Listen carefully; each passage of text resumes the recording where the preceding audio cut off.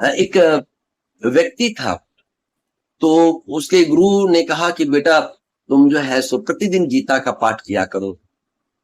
वह व्यक्ति 2 दिन 4 दिन पढ़ा और फिर गुरुजी से आके कहता है कि महाराज हम गीता पढ़ ही नहीं पा रहे हैं और समझ भी नहीं पा रहे हैं। तो भगवान ने कहा कि उनके गुरु ने कहा कि ठीक है, एक उपाय है, आप ऐसा उपाय करें, आपको मार्गदर्शन मिल जाएगा। और गुरु ने कहा कि ये पानी चालने का जो चरण होता है, जिसमें चावल चालते हैं, बालू को चालते हैं, चलिनी कहते हैं, तो उस चलिनी में उन्हें कुछ कोयले दिए और कहे कि पुत्र इस कोयले को प्रत्येक दिन जाकर के साफ करो, यह ऐसा हो जाए कि बिल्कुल गोरा हो जाए। तो व्यक्ति गया और प्रतिदिन सरोवर में जाता और कोयले को पानी के झरने के सामने रखता और उसे चालता, उसे क्लीन करने की कोशिश करता।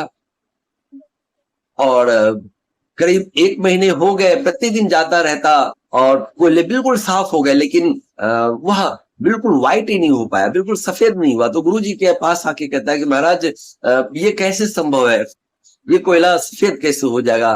तो गुरुजी ने कहा कि पुत्र जब पहले दिन तुम कोयले को लेके गए होगे तो तुम्हारे हाथों में काला काला दाग लग गया हो, लेकिन जैसे जैसे जैसे जैसे तुम प्रतिदिन इसे साफ करते गए, पानी से धोते गए, तो अब यह कोयला सफेद तो नहीं हुआ, लेकिन अब तुम स्पर्श करोगे ना तो तुम्हारे हाथों में कालिख नहीं लगेगी, तुम्हारे हाथ काले नहीं होंगे।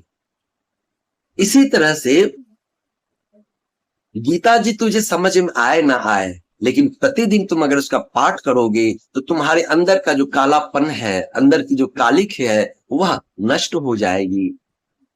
तुम भले विद्वान बन पाओ, लेकिन भगवत साक्षात्कार हो जाएगा, भगवान के प्रेमी बन जाओगे। और फिर जब इस जन्म को त्यागोगे, इस जन्म को त्याग करके तुम फिर किसी जन्म को ग्रहण करोगे, तो हो सकता है कि भगवान साक्षात्कार कर दे, भगवान आप पे कृपा कर दे। तो इस बात को ही हम सभी लोग धारण करें